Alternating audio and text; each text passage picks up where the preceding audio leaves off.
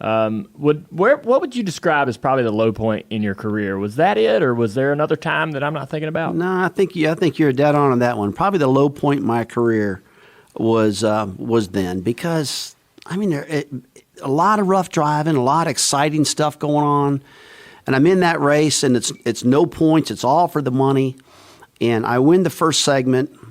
Second segment, they come in, and somehow those cars had bi-supply tires back then, and I'll never forget the number. We had an 88.5-inch right front tire. We had an 88-inch right rear tire, and so we accidentally got the right rear tire put on the right front, and the car's it's pretty loose, in that second segment. Darrell beats me, but mentally, I know I got the best car. Barry Dotson comes across the radio and says, "Hey man, we made a mistake. We got the right side tire swapped. Just drive it." I said, "All right."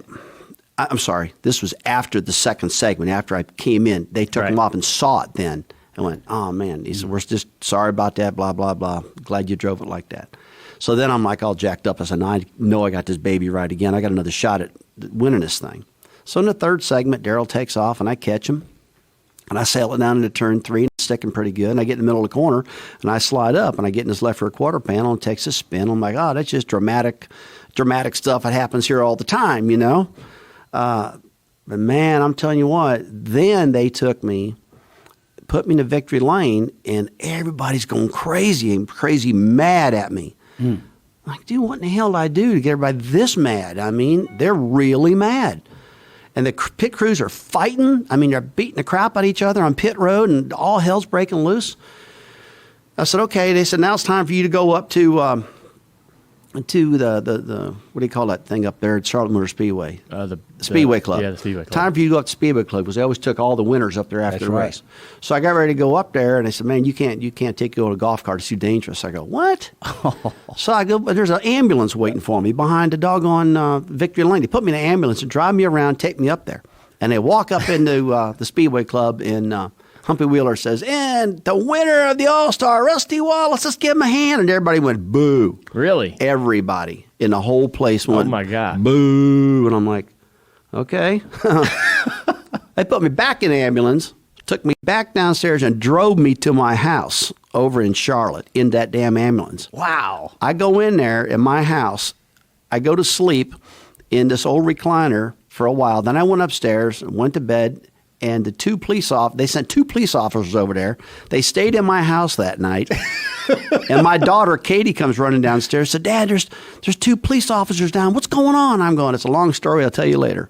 So I wake up next morning and tell them all what happened. But it was dramatic as hell. And it went on for a long time. Every race, boo. Every race, boo. And finally it stopped, But it was like, I still don't know to this point what caused that to be so dramatic. I agree. I found that... I found that really surprising too, because it actually, like, you spun out a fan favorite. I mean, that's right. It was DW. DW was kind of, I mean, he had his fans at the same time, but he was often booed as well because he won so many races. But and 2 years prior to that, we basically seen one of the wildest, roughest shows in the 1987 Winston All-Star race with Dad and Bill Elliott and Jeff Bodine. And I, like you, was really surprised by the reaction, because that was sort of the norm for racing back then. You saw it almost every other week, guys getting in each other, moving each other out of the way. But I remember you being pretty beat down or disheartened about the reaction of the fans. I think, though, over time you sort of earned back that trust and fan base. Well, I tell you, I noticed it changing a little bit. In Alan Quickie, when Alan got killed in a plane wreck in 1993, I think everybody knew him and I were really good friends. And go to the track that night, Alan gets killed in a plane crash, and then I win the race. And I do the reverse Polish victory lap like he did all the time. I was just trying to honor him, And I don't know, I noticed after that people got nicer. They got a little nicer, and then it got better, and Darrell and I have always been good friends. We still are good friends. And believe it or not, people won't believe this, but Jeff Gordon and I are really good friends. We got back from out there in the sand dunes. Well, it was about 2 months ago. Me and him and Greg Biffle and Ray Abraham and all of us out there at a guy named Ron Porat's place having fun. So we get along real good. But back when we were racing, man, it was tough. It was strong. Those relationships we've